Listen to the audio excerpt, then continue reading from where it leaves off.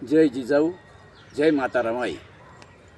या देशामध्ये फार काही वाईट गोष्टी आजकाल घडायला लागल्यात आणि स्त्रियांकडे बघण्याचा दृष्टिकोन कोणाचा अजूनही बदललेला नाही. अनादी कालापासून चालत आलेली ही वाईट गोष्ट आहे की स्त्रियांकडे जर जोपर्यंत तुम्ही चांगल्या नजरेने पाहत नाही तोपर्यंत त्याचा काही उपयोग होणार नाही. आणि सगळं का चाललंय तर दांभिकता जगातली वाढलेली, दांभिक लोक जास्त झालेली. डॅम्बिस लोक परवडतात पण दांभिक लोक परवडत नाही. त्यामुळंच हा सगळा एवढा प्रकार घडलेला आहे.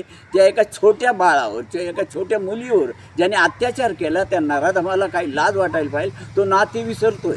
नातं नाही, गोतं नाही, या जगामध्ये सगळे काही लोक विसरायला लागले. जर हे असंच घडत असेल तर आपल्या देशात काय काय घडलेले, किती स्त्रियांवर अत्याचार झालेत परंतु त्यांना अजून न्याय मिळाला आहे का? न्याय नाही मिळाला. कारण का तर त्यातही दांभिकता दिसते आम्हाला. नुसतेच कायदे आहेत, नुसतेच, पण त्याचा वापर आहे का? कोणी वापर करत नाही. म्हणजे ते सरकारचं काम आहे, समाजाचं काम आहे, प्रत्येक माणसाचं काम आहे. कायदा हा पाळलाच गेला पाहिजे. तिच्याकडे बघताना तुम्ही अजूनही का असं नजरेने पाहता? ती एक आदिशक्ती आहे, ती एक माता आहे. ती आहे म्हणून जग चालतं. तिच्यासाठी जग निसर्गाने जिवंत ठेवलेले, ती निसर्गाचा एक अविभाज्य भाग आहे असं लक्षात ठेवा. म्हणून तर ती अशी आहे, प्रेमळ आहे. मातासारखी ती अगदी प्रेम लावते प्रत्येकाला, प्रत्येकाची आई होते.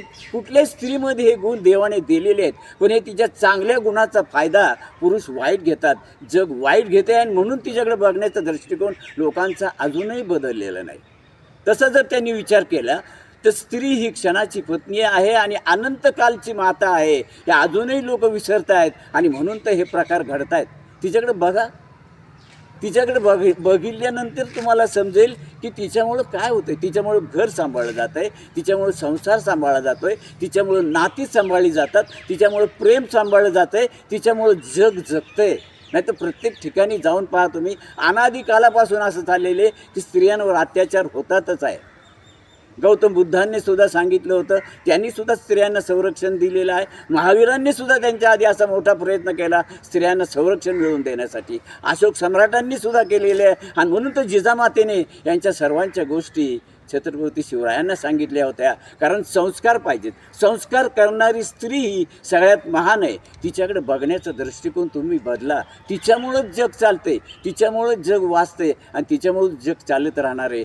तीच बघा प्रगती करते. आज जर देशाची प्रगती झालेली बघायची असेल तर त्यामध्ये कितीतरी स्त्रियांचा सहभाग आहे. कारण स्त्री ही कशी असते, काळजीपूर्वक वागणारी असते. प्रत्येकाला जेवण मिळायला पाहिजे, प्रत्येकाला सगळं काय मिळायला पाहिजे अशी पाहणारी. म्हणून तिला आपण माता म्हणतो. प्रत्येक घरामध्ये माता आहे. ती माता